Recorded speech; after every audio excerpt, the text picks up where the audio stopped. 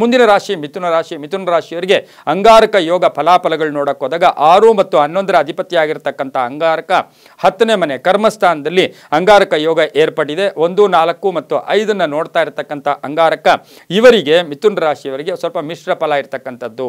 ಹಾಗೆಯೇ ಇವರಿಗೇನು ಅಂದರೆ ಉದ್ಯೋಗದಲ್ಲಿ ಸಣ್ಣ ಪುಟ್ಟ ಕಲಹಗಳು ಉಂಟಾಗ್ತಕ್ಕಂಥದ್ದು, ಕೆಲವರು ಉದ್ಯೋಗ ಬಿಡ್ತಕ್ಕಂಥದ್ದು, ಉದ್ಯೋಗ ಮಾರ್ಪಾಡಾಗ್ತಕ್ಕಂಥ ಸಾಧ್ಯತೆ ಕೂಡ ಇರುತ್ತೆ.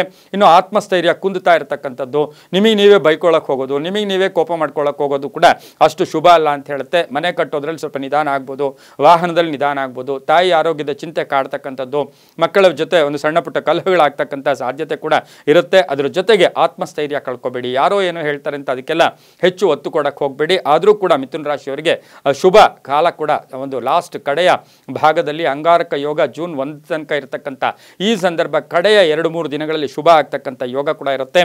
ಅದರ ಜೊತೆಗೆ ನೌಕರಿ ವಿಷಯದಲ್ಲೂ ಕೂಡ ತಕ್ಷಣವೇ ರಿಸೈನ್ ಮಾಡಿಬಿಡೋದು, ಕೋಪ ಮಾಡ್ಕೊಳ್ಳೋಕ್ಕೂ ಕೂಡ ಹೋಗೋದು ಬೇಡ ಅಂತ ಹೇಳ್ತಾ ಅದರಲ್ಲೂ ಕೂಡ ತುಂಬಾ ಒಳ್ಳೆಯದು ಅನುಕೂಲಗಳು ಕೂಡ ಆಗ್ತಕ್ಕಂಥದ್ದು. ರೈತರಿಗೆ ಒಳ್ಳೆಯದಾಗುತ್ತೆ, ವಿದ್ಯಾರ್ಥಿಗಳಿಗೆ ಶುಭ ಆಗುತ್ತೆ. ಮಂಗಳವಾರ ಸುಬ್ರಹ್ಮಣ್ಯನ ದರ್ಶನ ಮಾಡ್ಕೊಳ್ಳಿ.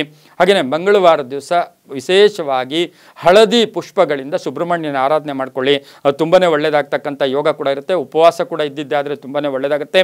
ಓಂ ಮಹೀಸುತಾಯ ನಮಃ, ಓಂ ಮಹೀಸುತಾಯ ನಮಃ ಈ ಮಂತ್ರ ಜಪ ಮಾಡ್ಕೊಂಡಿದ್ದಾದರೆ ತುಂಬಾ ಒಳ್ಳೆಯದಾಗ್ತಕ್ಕಂಥ ಸಾಧ್ಯತೆ ಕೂಡ ಇರುತ್ತೆ.